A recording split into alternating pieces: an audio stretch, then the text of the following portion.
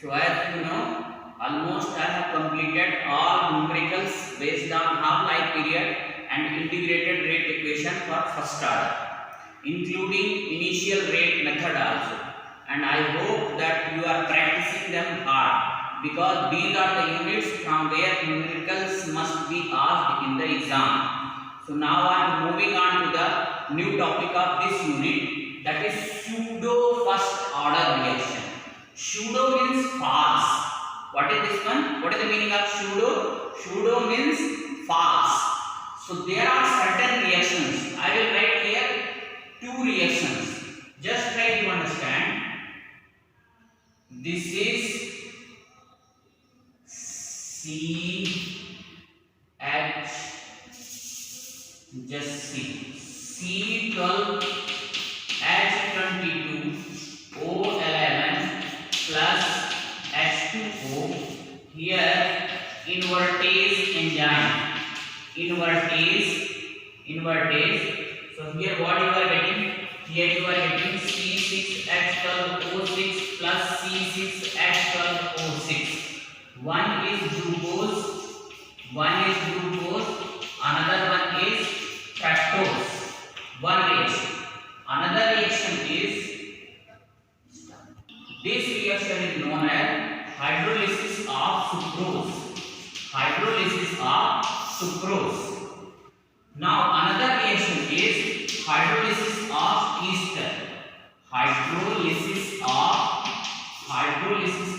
ester. Just see. Ester, suppose I have taken this ester, CH3COO C2H5. The general formula is RCOOR dash. Last year we have studied this H2O.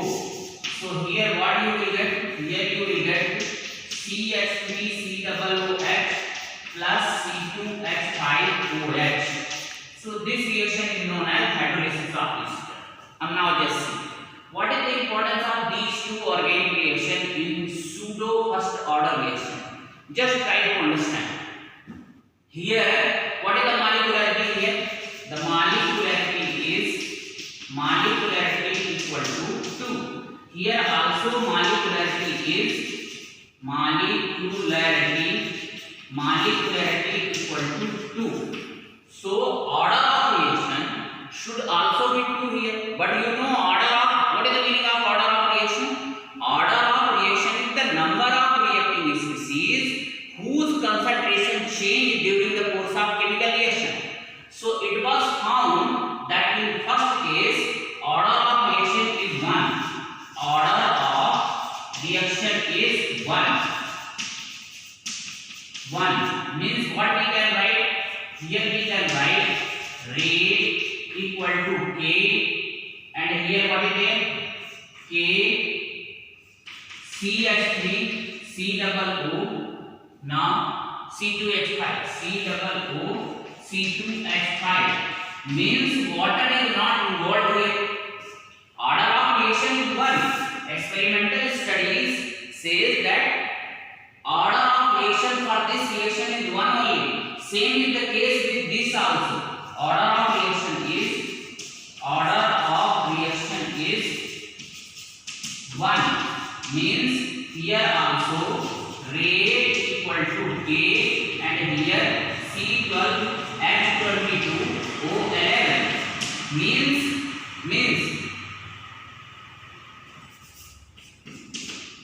means water is not playing any important role in the completion of reaction. During the course of hydrolysis of sugar, sucrose, and hydrolysis of ester, there is no role of H2O. Means the concentration of H2O does not change. H2O concentration does not change during the course of chemical reaction. So what is why now experimental studies prove also water H2O molarity is 55.50. Means molarity of H2O equal to 55.50, and it was found after reaction that molarity of water is almost unchanged 55.49. This is after the reaction. This is before reaction. Before reaction. And here what is there? After reaction. So what we can say here means during the course of this reaction, the molar concentration of H2O does not change. It means H2O concentration does not change during the course of chemical reaction. Means water is not playing any important role in the completion of these two reactions. So what is there? It seems that these reactions are of second order, but actually they are first order reactions. Actually they are first order reaction. So such kind of reaction which appears to be second order but actually they are first order reaction, that is why they are known as pseudo first order reaction. So what are the pseudo first order reactions? Pseudo first order reactions are those reactions which are appears to be the second order but actually they are first order.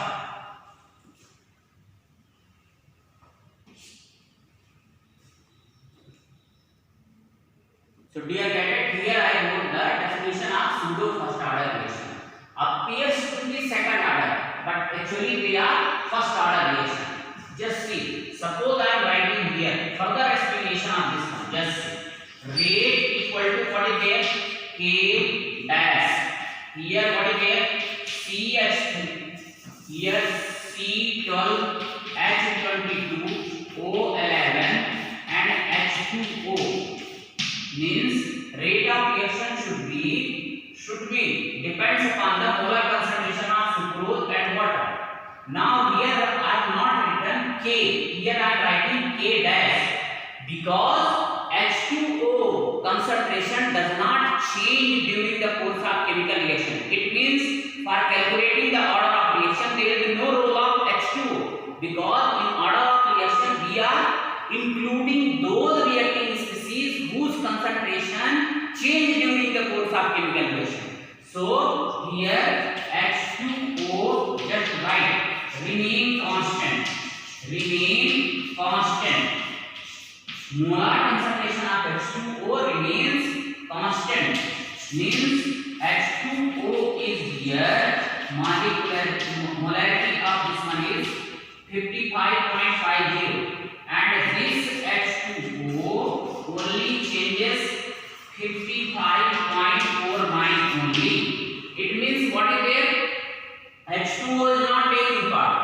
So we can write this reaction rate equal to K. Here only one is taking part, that is sucrose C12H22O11. Water is not taking part here. So the rate of reaction is only depends upon the molar concentration of sucrose only. So here we have brought here new constant, that is K. So the K equal to what is there? K equal to K dash and H2O. Means in new constant, that is K, the concentration of H2O is also included. Means earlier constant capital K, this new constant equal to K dash into molar concentration of H2O. Now if I want to calculate the K dash, how I will calculate? So the K dash equal to capital K divided by molarity of H2O, because one numerical is given which is based on this formula. We can calculate. Same is the case with second reaction. We can write in that way also. So just try to understand. Now I am deleting this one, and now here what would be there? Now hydrolysis of sucrose. Here write hydrolysis of ester. So ester equal to what is there? CH3COO C2H5 plus H2O.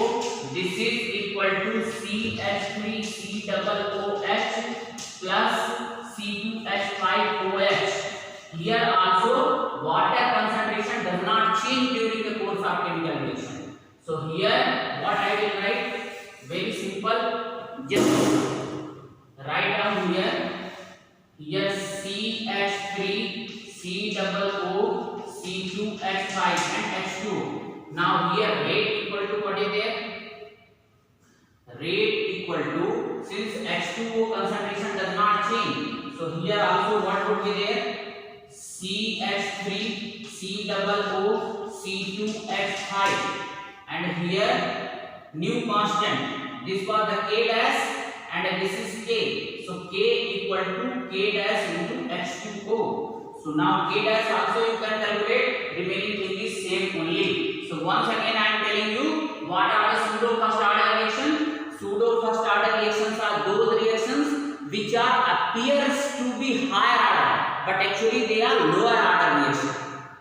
Means which are appears, like here in these two examples, these reactions appears to be the second order because molecularity is 2, but actually they are first order reaction because water is used as a solvent and whose concentration does not change during the course of chemical reaction.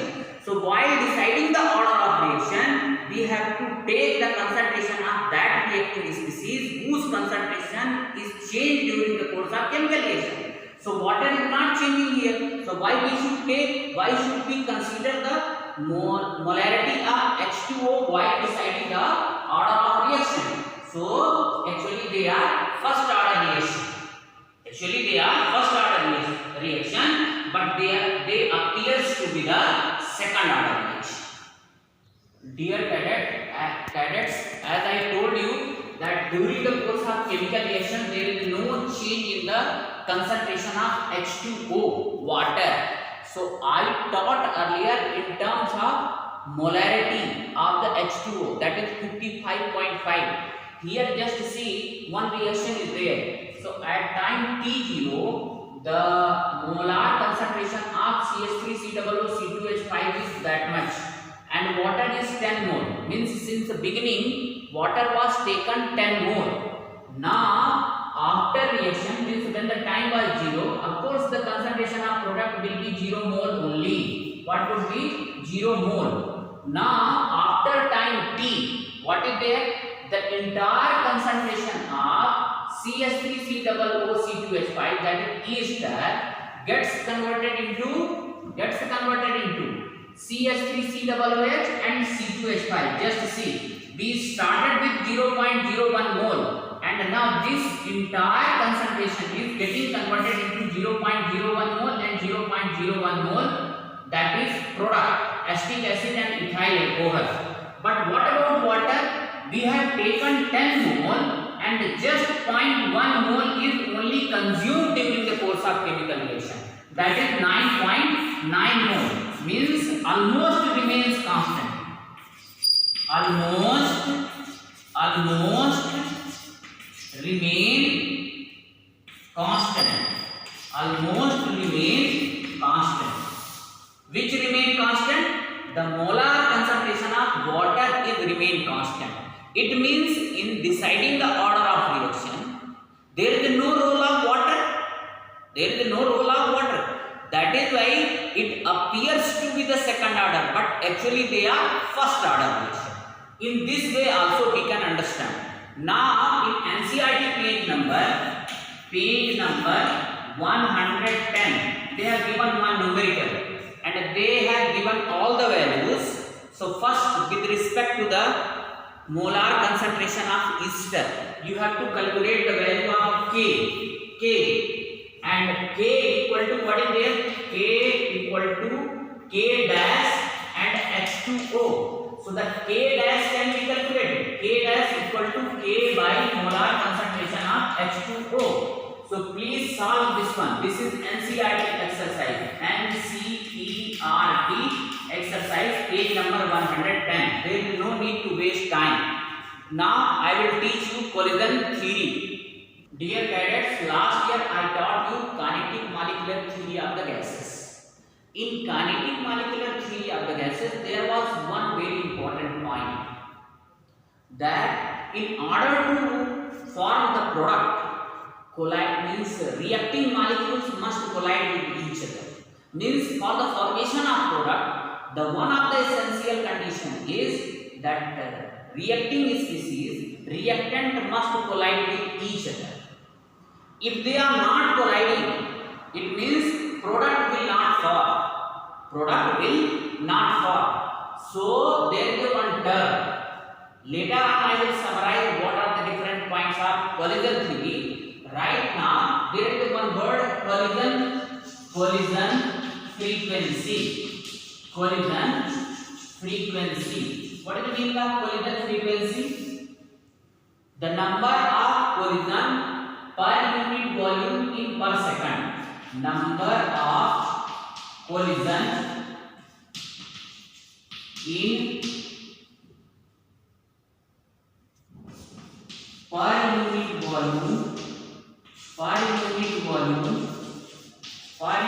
volume in per second. The number of collision in per unit volume in per second, that is known as collision frequency. So just try to understand the conclusion of collision frequency is, if the rate of collision frequency, if collision frequency is very high, so the rate of reaction should also be very high. That is the only meaning. No? Means if collision frequency is more, rate of reaction could also be very high. So what should be there? Almost all reactions should be completed very fastly, because for binary collision, experimental studies prove binary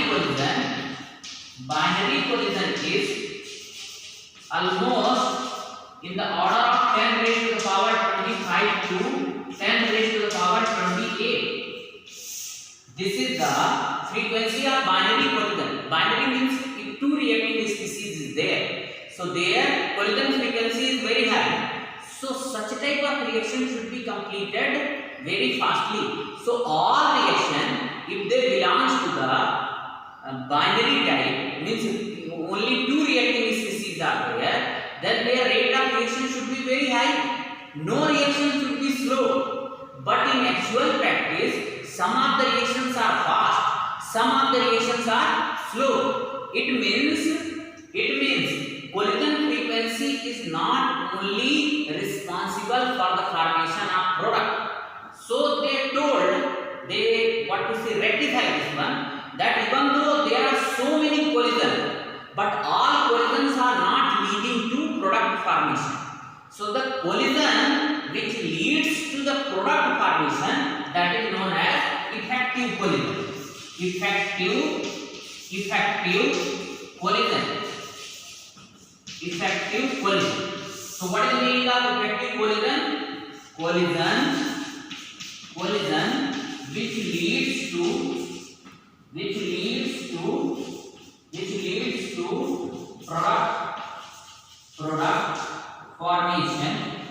product formation is known as effective collision. It means all collisions are not leading the product formation. Only some collision leading to product formation. So such collision is known as effective collision. Now, again problem is there. Do you think that only effective collision is the only criterion for increasing the rate of reaction? Or if other than this, some other factors are also responsible for the product formation or increasing rate of reaction? So let us have more idea about this one. Okay. So dear cadet, now it is proved now that effective collision can only be taken place when molecules, means reacting species, will have two more things. What are those two things? Number one is the threshold energy. Threshold energy. What is threshold energy? This is the minimum amount of energy. Minimum amount of energy which reacting species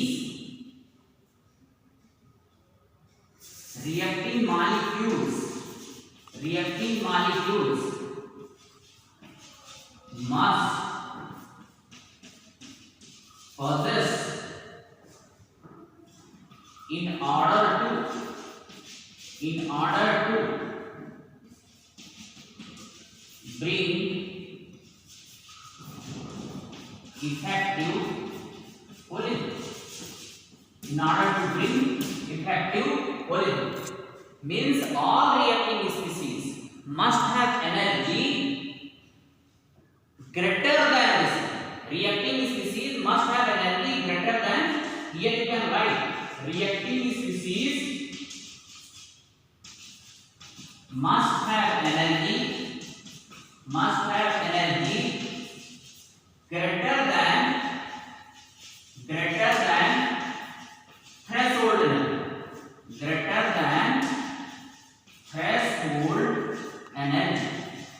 threshold energy, reacting species, here write reacting molecules must have energy greater than threshold energy, then only they will bring about the effective polymer. So this was the first barrier. Means in order to form the product, what was the first thing which are creating the barrier in order to bring about the effective polymer? That was the energy. Means reacting species, reacting molecules must have energy greater than threshold energy, then only they will form the product. So collision is not a criterion. Everybody can collide, all reacting species can collide, but who will form the product? Molecules which is having energy greater than threshold energy, their collision only bring about the chemical chain, or it will lead to product formation.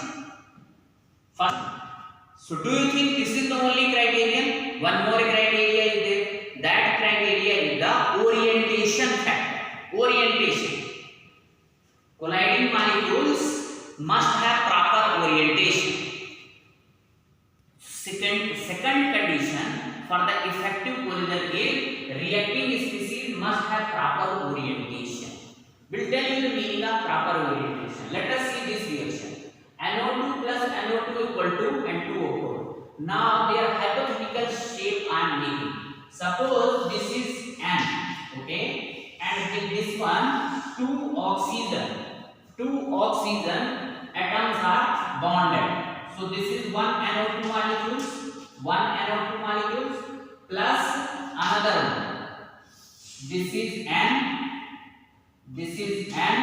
and here one oxygen, and this is another oxygen, O and O. Now just see proper, what is the meaning of proper orientation?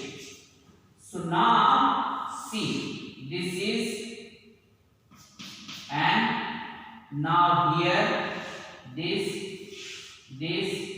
here O is there, oxygen is there, another one is also coming.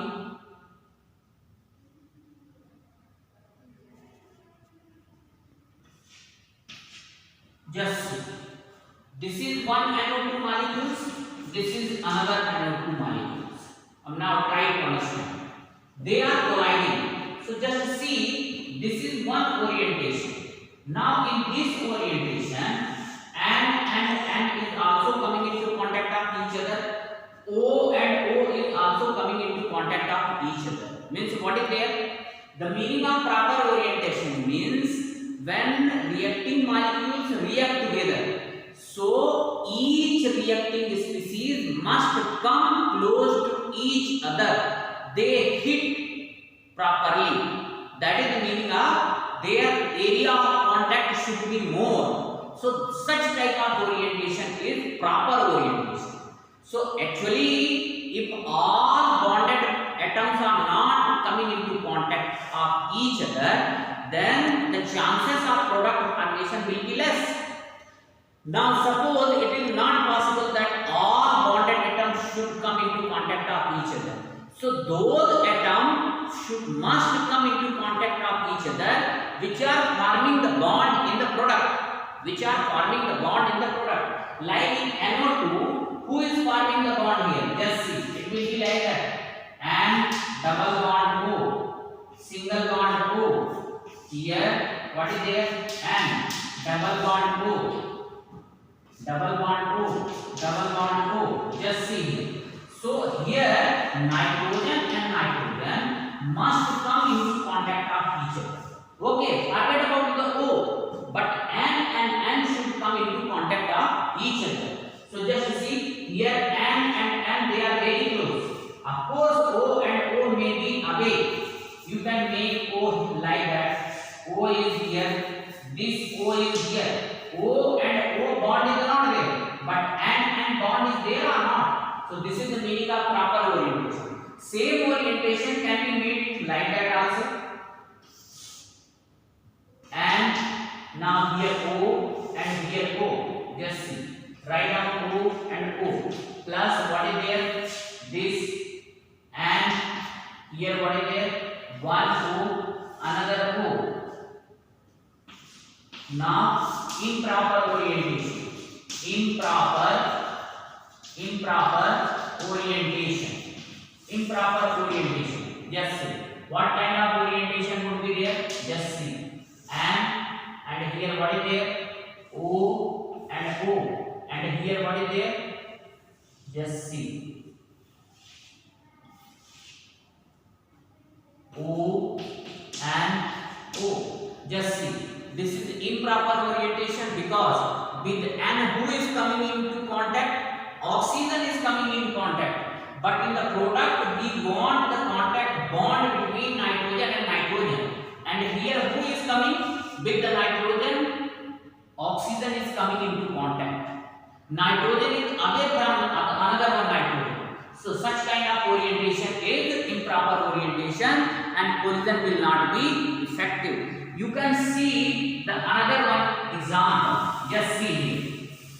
You might have heard about the alkyl halide. Last year in the 11th class I taught you alkyl halide. Let us see. This is CH3Br. And you know here there is a bond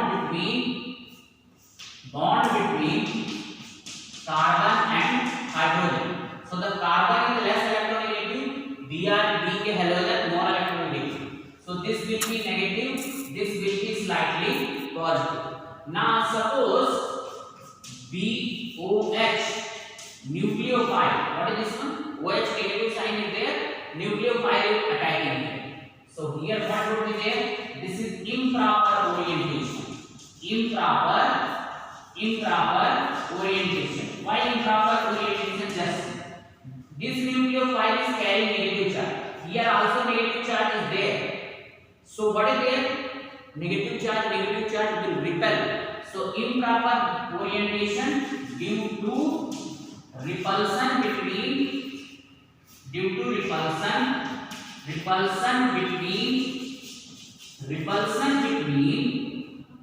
OH negative and Br negative.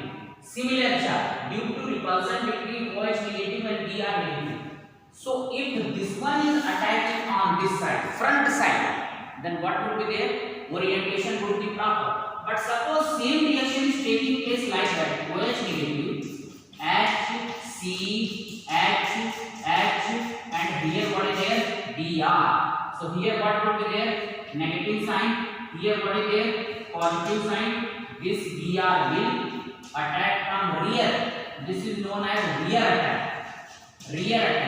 This is known as front attack. So this orientation is proper orientation.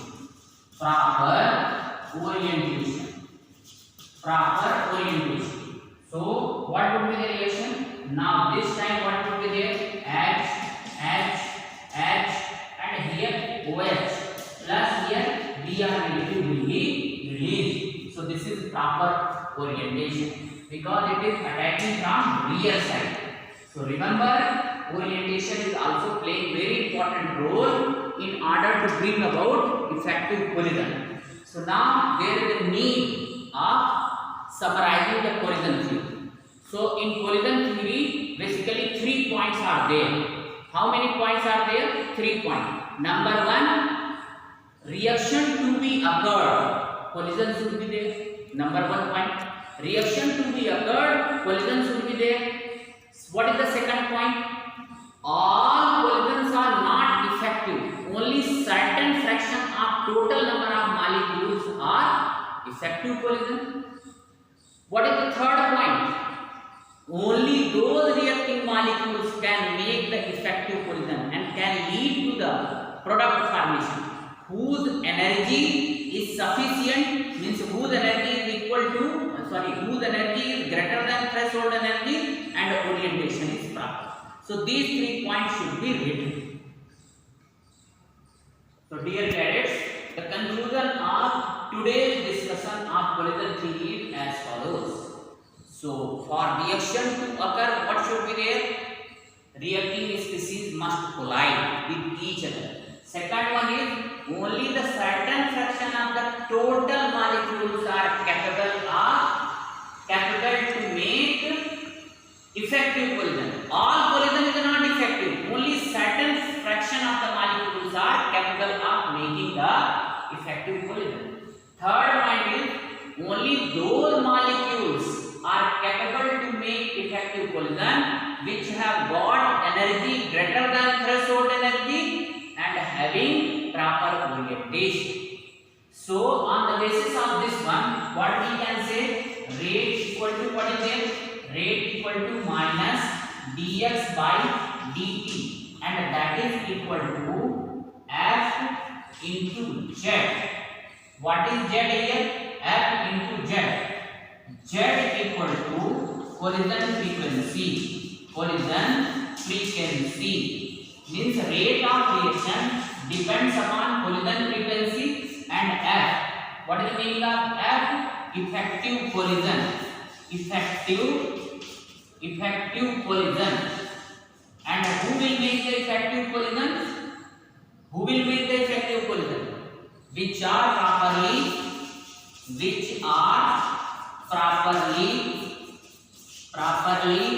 oriented and having energy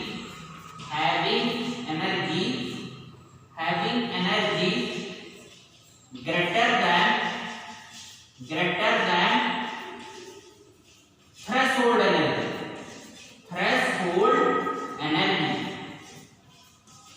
So the rate of reaction depends upon these two things, F into Z.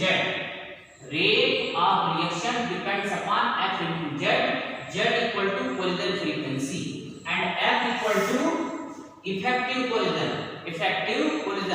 Rate of effective collision. Here you can write rate of effective collision. And who are making the effective collision? Whose energy is greater than threshold energy and have proper orientation. In this way, this is completely complete.